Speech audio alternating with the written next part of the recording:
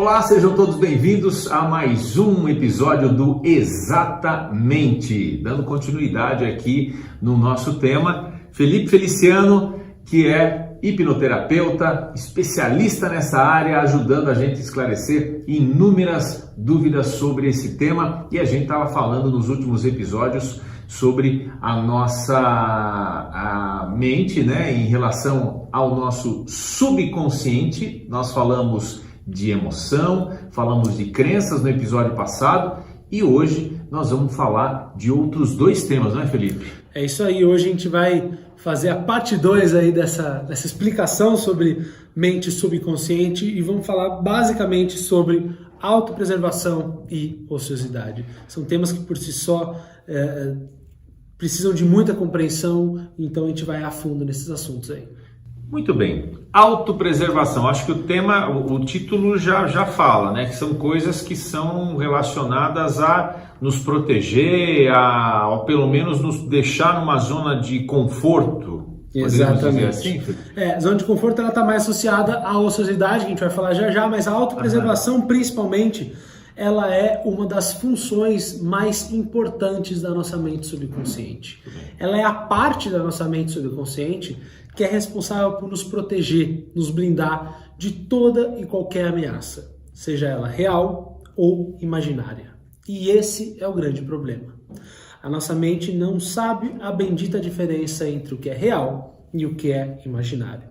Se eu falar para você agora, imagine um elefante rosa. Você é capaz de imaginar um elefante rosa, certo? Sim. Então, as áreas que são ativadas no seu cérebro, de você que está me ouvindo aí, no seu cérebro, nesse momento que você imagina esse elefante rosa, são exatamente as mesmas se estivesse olhando para o seu lado e vendo um elefantinho rosa.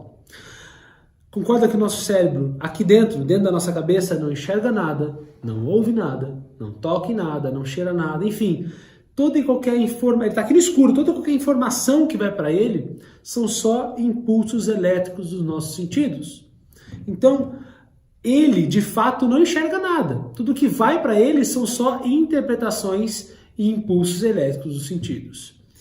E esse é o grande problema, porque não enxergando nada e só interpretando os impulsos, né, que o nosso corpo dá, os estímulos que a gente dá para ele, imaginar e de fato ver, sentir, cheirar é exatamente a mesma coisa.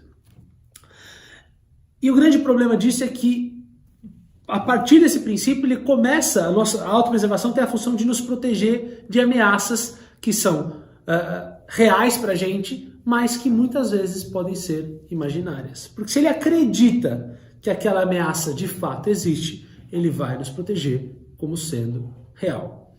E ele nos protege, Walter, através dos sintomas. Eu vou dar um exemplo que eu gosto sempre de utilizar. Imagina que você tem medo de falar em público, e você precisa fazer uma apresentação de negócio, uma entrevista de emprego, uma reunião para os chefes para ter uma promoção de carreira.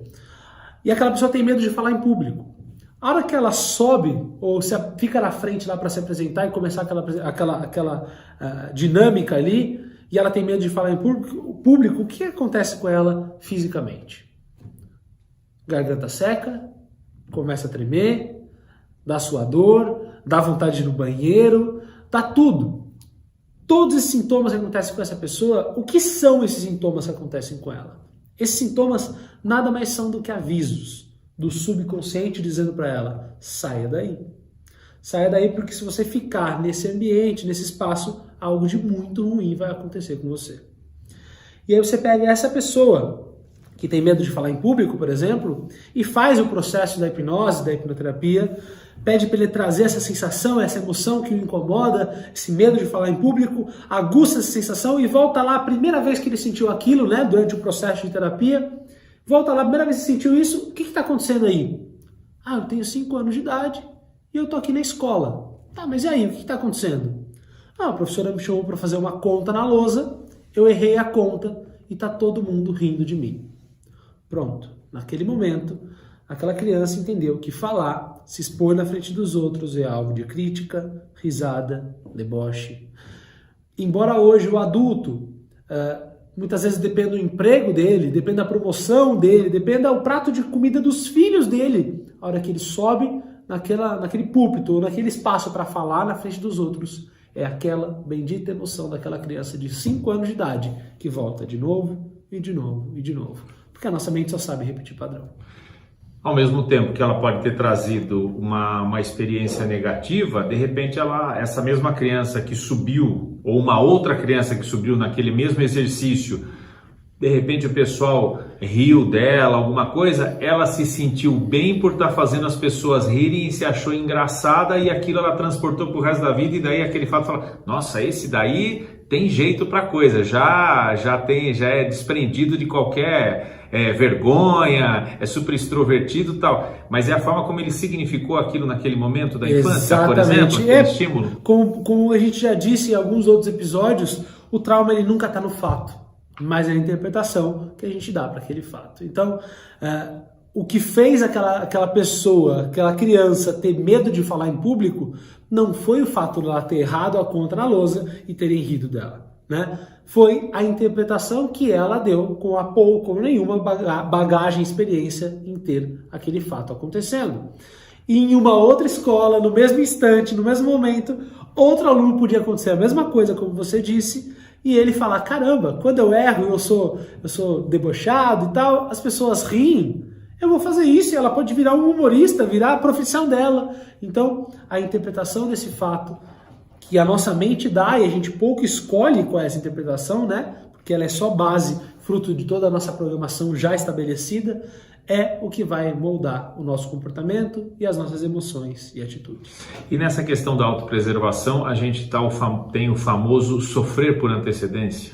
Sim, esse é o grande problema, né? E como eu gosto sempre de dizer, é isso que nos diferencia da maioria dos outros seres animais. Isso que a raça humana, né? A espécie humana se diferencia dos outros animais. Porque os outros animais, quando eles estão diante de uma ameaça, eles também vão reagir nas reações naturais de luta ou fuga, né? Aliás, luta, fuga ou fingir de morto, como alguns seres da natureza fazem. Se eu puder fugir, eu fujo. Se eu não puder fugir, eu luto. E se eu não puder nem fugir e nem lutar, eu me finjo de morto, né? Essa reação, inclusive, é a técnica ensinada para você se livrar de um urso, né? Porque do urso você não consegue nem correr e nem lutar com ele. Então, a melhor técnica para você não ser atacado por um urso é fingir de morto. Fica lá parado, estático, porque ele tende a não te atacar. E voltando para esse assunto, quando um animal ele sai do momento de ataque, né? Ele já, no caso da zebra, como a gente sempre diz, né? A zebra está sendo atacada pelo leão, ela vai lá, vai correr, até o momento que ela não veja mais o leão por perto dela. E a hora que ela foge daquela ameaça, ela fica tranquila, volta a comer, volta a dormir e volta a fazer tudo normalmente.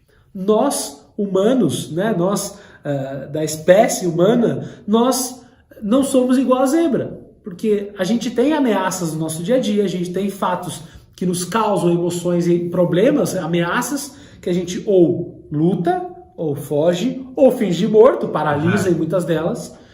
Só que o problema é que quando a gente sai dessa ameaça, a gente fica, nós como espécie humana, nós ficamos pensando quando que aquela ameaça virá novamente. É como se a zebra ficasse escondida atrás de uma pedra esperando o próximo leão. Exatamente. É como se a zebra, depois de ter tomado a primeira ameaça, a primeira susto com o leão, passasse a vida em cima do topo da árvore com medo de que o leão viesse de novo, né? Então, ao mesmo passo que isso obviamente não acontece com a zebra, óbvio, ela pode ter o leão de novo atacando, mas não vai estar atacando ela o tempo todo.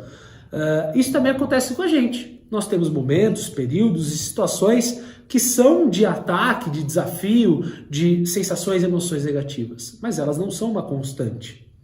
Mas quando a gente acredita que elas podem surgir a qualquer momento, a gente se mantém e vive a nossa vida toda em constante estado de alerta, por causa da autopreservação, que no fundo só quer nos proteger. E qual é a forma que ela nos alerta, qual é a forma que o nosso subconsciente nos alerta que algo está acontecendo, que alguma ameaça está por vir? Através dos sintomas. E é por isso que a gente sente o que sente, física e mentalmente. Entendi. A gente, obviamente, né, é importante esse contraponto que a gente dá e até algumas contribuições, né?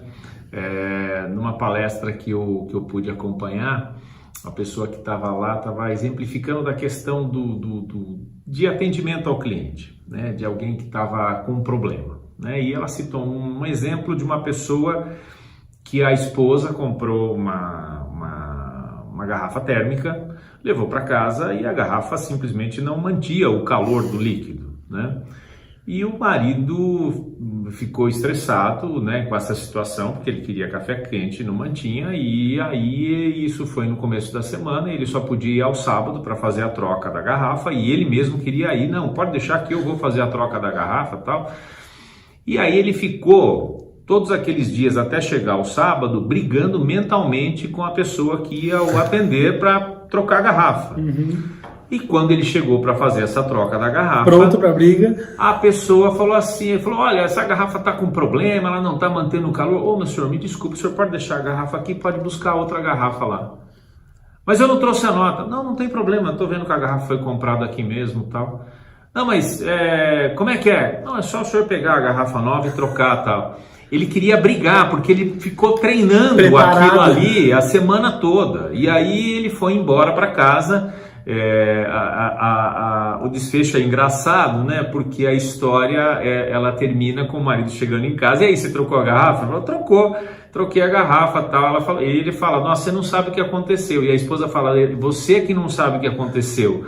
Ele falou, por quê? Porque ela falou, não foi nesse supermercado que eu comprei, foi em outro lugar. E o cara trocou a garrafa para ele. Inclusive em outro lugar. E o cara mesmo assim trocou a garrafa. Mas voltando ao tópico da briga, né? Você vê que às vezes a gente fica brigando literalmente com um tema, com um monstro imaginário, com um problema sério que talvez ele nunca vá acontecer, e isso vai nos consumindo mentalmente, fisicamente, não é? Porque isso vai causando reações, não é, sim, Felipe? Claro, sem dúvida. Como nesse caso que eu falei do medo de falar em público, né? Essas reações, elas são momentâneas, elas são pontuais. No momento em que eu tenho que falar, esses sintomas aparecem, né? Tremedeira, suador, vontade de ir no banheiro, garganta seca, gagueja, enfim. Mas se você perdura com essa sensação, com essa emoção dentro da sua mente subconsciente por longos períodos, ele tende a se tornar uma doença.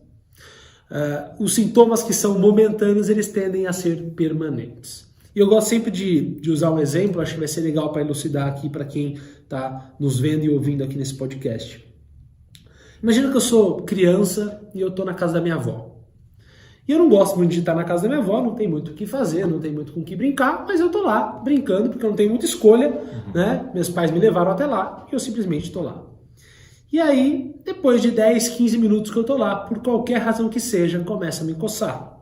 Coça aqui, coça aqui, coça aqui. Minha mãe olha para mim, preocupada, vê os vermelhões no meu braço, no meu pescoço, no meu rosto, fala, nossa filho, você está com alergia. Alguma coisa te deu alergia. Vamos para casa tomar um antialérgico, tomar um banho para ver se a alergia passa. Ela pega, me leva embora para casa, eu tomo um banho, nem preciso tomar antialérgico e a alergia passa.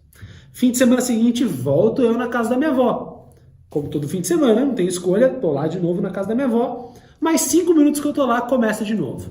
Coça aqui, coça aqui, coça aqui. Minha mãe olha para mim de novo e fala, não é possível. Alguma coisa aqui, na casa da sua avó, tá causando alergia em você. Vamos embora para casa, tomar um banho que resolveu. Ela pega, me leva embora de novo para casa, eu tomo um banho e a alergia passa. E aí, preocupada como toda mãe, ela marca um alergologista para mim. E eu vou lá no alergologista, faço aquele bendito exame daquelas picadinhas, sim, onde, sinceramente, tudo reage naquilo, uns mais, outros menos, mas tudo reage. E aí, nada conclusivo, o alergologista começa a fazer uma série de perguntas. Na casa da sua avó tem muito pó? Não, na casa da minha avó não tem muito pó, inclusive ele é até neurótico com isso, tá sempre limpando e tal. Beleza. Na casa da sua avó, você costuma comer alguma coisa diferente do normal, porque podia te dar alergia? Não. Sempre que eu vou lá no fim de tarde, eu tomo um copo de leite, como um pedaço de pão, o que eu faço em casa também todos os dias, então nada de diferente. Na casa da sua avó tem cachorro? Tem cachorro. Ah, então tá aí. você deve ser alérgico a cachorro. Pronto. Aquele momento, aquele médico, que é uma autoridade, vira para mim e me diz que eu sou alérgico a cachorro. A minha mãe, que me levou ao médico, que é a minha maior autoridade, ouve o que ele diz, vira para mim e reforça, reitera: filho, você deve ser alérgico a cachorro. Pronto. Nesse momento, eu me torno alérgico a cachorro. Passado mais 10, 15, 20 dias, eu vou na casa de um grande amigo meu, que eu adoro ir, adoro estar lá, adoro brincar. Chego lá e ele tem cachorro. Mexo no cachorro e começa. Coça aqui, coça aqui, coça aqui. E de fato, eu me torno um alérgico a cachorro. E a grande reflexão, Walter, e para todo mundo que está me vendo e ouvindo, é: aonde que está a alergia? Ela tem alguma coisa a ver com o cachorro? Ela não tem nada a ver com o cachorro. O cachorro, ele é só o bode expiatório daquela história, né? Ele é só a justificativa consciente para aquilo. Mas a nossa mente, ela só sabe aprender e repetir padrões, certo? Então, uma vez que ela aprendeu aquele padrão, como que a mente subconsciente entende aquilo? Ela pensa assim: sendo alérgico a cachorro, isso me evita de ir na casa da minha avó, que é um lugar que eu não gosto de estar? Funcionou? Repete o padrão. E a partir dali, a mente subconsciente entende que todo lugar onde tem cachorro são lugares que potencialmente eu não gosto de estar. E que, reagindo alergicamente, eu vou sair de uma forma ou de outra daquele ambiente. A mente está fazendo isso, e a autopreservação da nossa mente está fazendo isso com a melhor das intenções, para nos tirar e nos proteger de um lugar que a gente não quer, não faz questão de estar. Só que o grande problema é que ela acaba nos atrapalhando, complicando a nossa vida, certo? E assim são a maioria das alergias, né?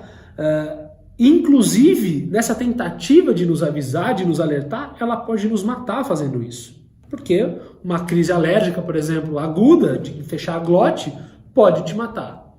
Mas o que ela está fazendo ali naquele momento é te avisar que aquele ambiente é ruim para você, ou que aquilo não vai ser bom para você de alguma forma, por qualquer razão, certo? Então, a missão dela é te avisar e te proteger de toda e qualquer ameaça. Mas só para fechar a história da alergia e do cachorro, com certeza quem está ouvindo, e com certeza você também está pensando assim: mas e aí? Mas e aí o que aconteceu? O que a gente fez com essa pessoa, e por que eu gosto de comentar esse caso? Porque eu atendi exatamente esse caso. A pessoa foi um homem, veio me procurar. Ele havia se casado há menos de 3 meses com a esposa. A esposa tinha 2 cachorros. Os 2 cachorros foram morar junto com ele e ele tomava antialérgico todo santo dia. No momento em que ele me procurou, ele estava quase pensando em se separar, porque ele dizia assim, ele virou para a esposa, cansado de tomar antialérgico todos os dias, e disse para ela: eu não aguento mais, ou os cachorros ou eu. E a esposa virou para ele e disse: sem meus cachorros eu não fico. E aí ele veio procurar-me como última alternativa, porque ele estava decidido a se separar, porque ele não aguentava ficar naquela situação, na própria casa, cheia de alergia. Nós fizemos o processo da hipnose, da hipnoterapia, trouxemos, traz essa sensação, essa coceira, esse desconforto, aumenta isso e volta lá, a primeira vez que você sentiu, o que está acontecendo?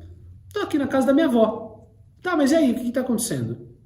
Não tem nada demais, só não gosto de estar aqui, não tem muito o que fazer aqui. Pronto.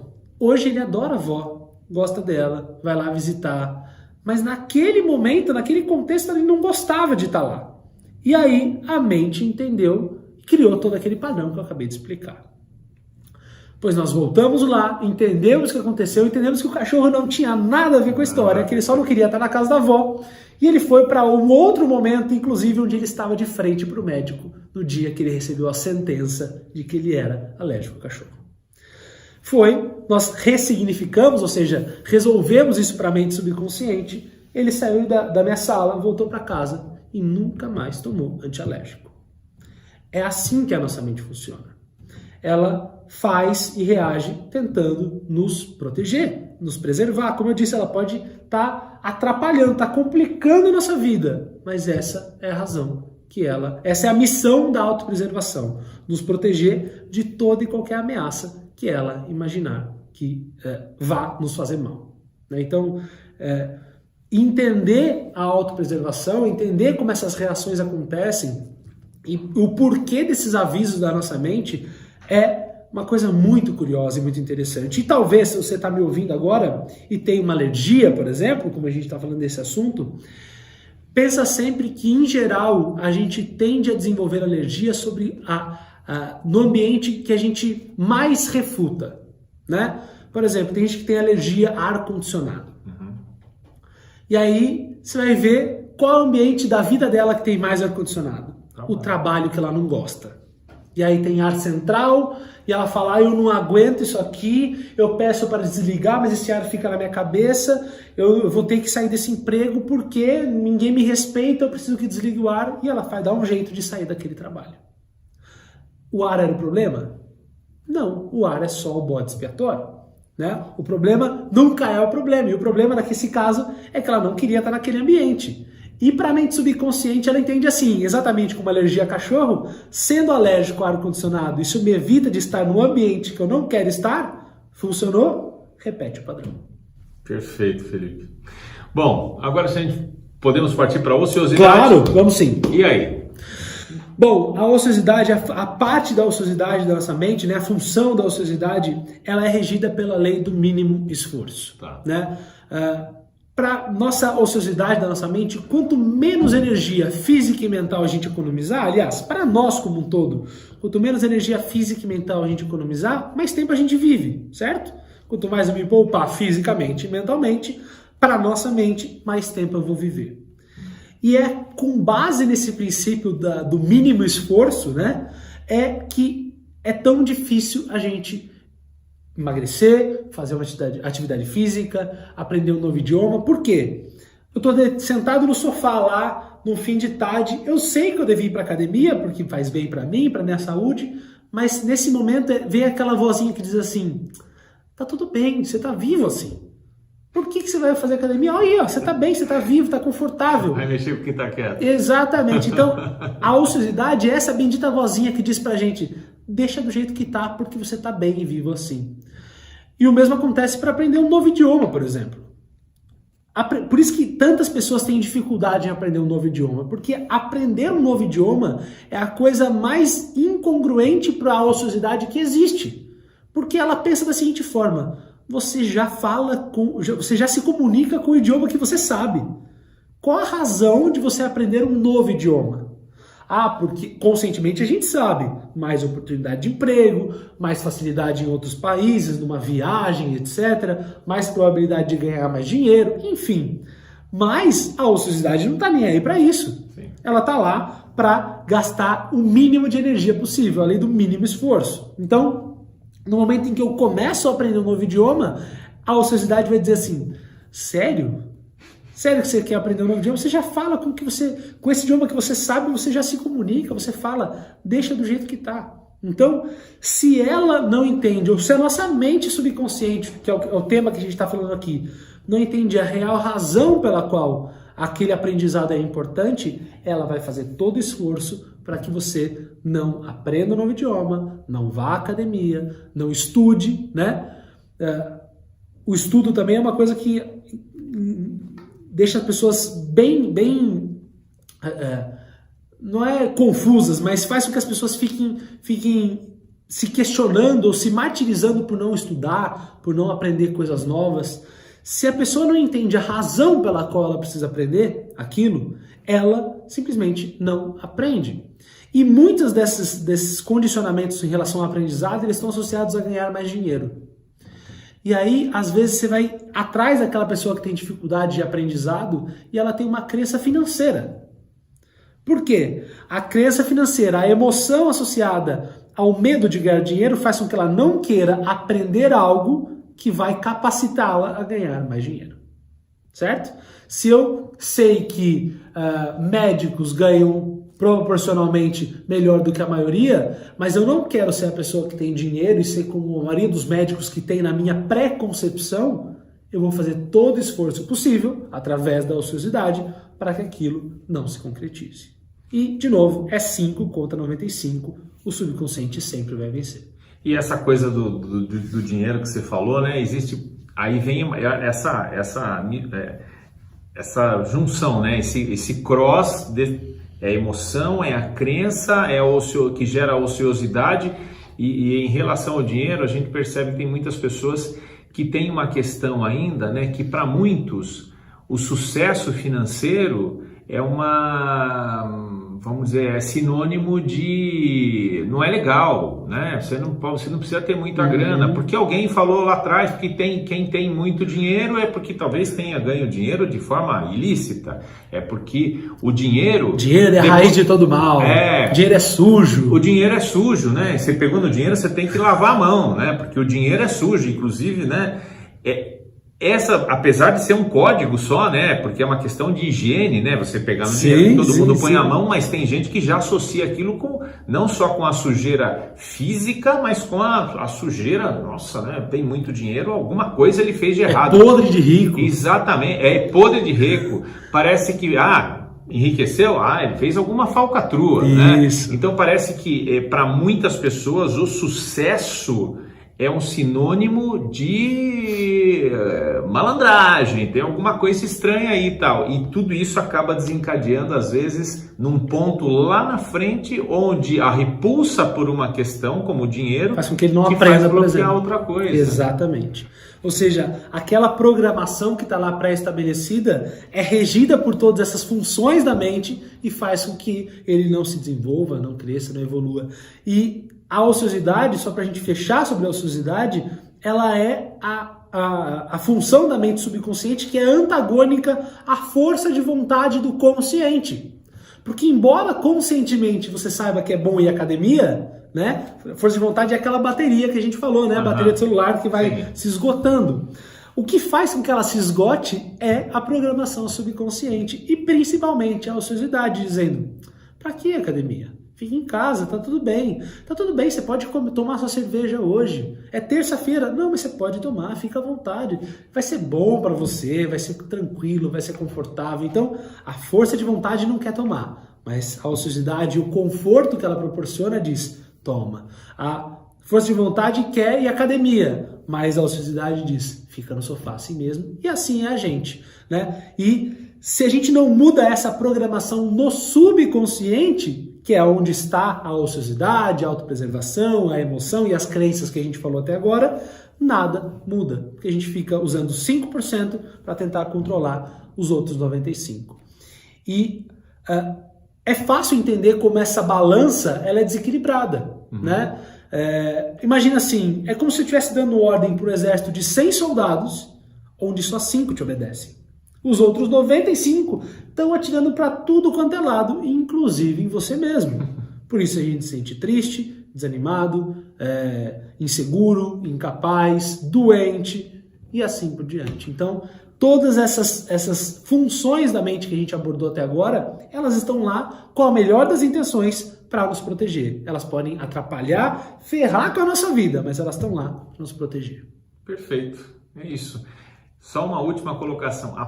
Uma palavra da moda também, né? A procrastinação tem conexão com isso também. Claro, procrastinação total, né? é a ociosidade, né? É essa parte da nossa mente que está lá para evitar que aquilo aconteça. O que muito pouca gente fala ou sabe é que existe uma razão para aquele comportamento ser assim. Há uma razão por trás do procrastinador que, em geral, é a causa para que ele não se evolua, não se desenvolva. Perfeito.